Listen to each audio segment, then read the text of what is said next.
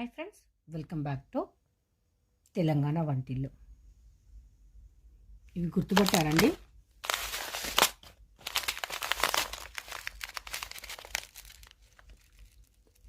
ఇప్పుడు చాలా మట్టుకు యూజ్ చేస్తున్నారు. నేను కూడా తెచ్చేసాను మన తెలంగాణ వంటిలకు.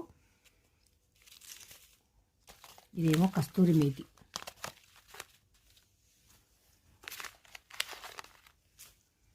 ఈరోజు సరుకులకన్నీ వెళ్ళి తెచ్చేసాను.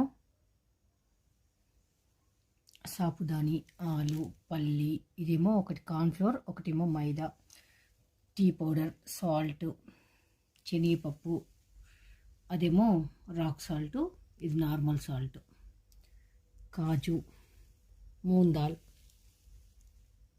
తొగర్ దాల్, బ్రెడ్ ప్యాకెట్, ఇవి ఆయిల్ బాటిల్స్ ఏమో, ఒకటేమో రిఫైండ్ ఆయిల్, ఇది ఇలా పకోడీ ఏమన్నా చేసినప్పుడు వంటింటి కోసం. ఇవేమో మనకు కూరలలో యూజ్ చేసుకోవడానికి. ఇది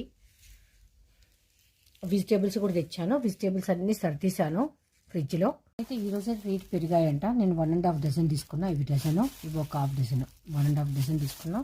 కొత్తిమీర ఒక్కటి కట్ చేయలేదు, కూరగాయలు తెచ్చానని చెప్పాను కదా, మిగతా అన్నీ కట్ చేసుకున్నాను. ఇలా కరివేపాకు అయితే రెల్లి ఇంకా కడిగి కూడా పెట్టేసుకున్నాను. సోప్స్, మ్యాగీ,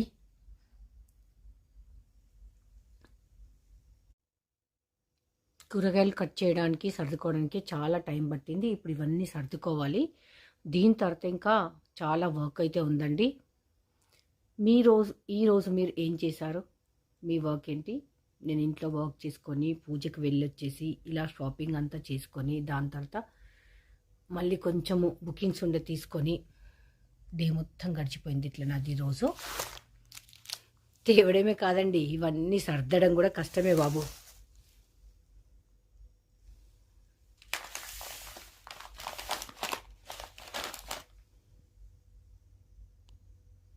సామాన్లు అంటే పక్కన పెట్టండి, కూరగాయలు అయితే అసలు ఒక టాస్క్ అనుకోండి. చలో బాయ్, మరి మళ్ళీ ఒక వీడియోలో కలుద్దాం.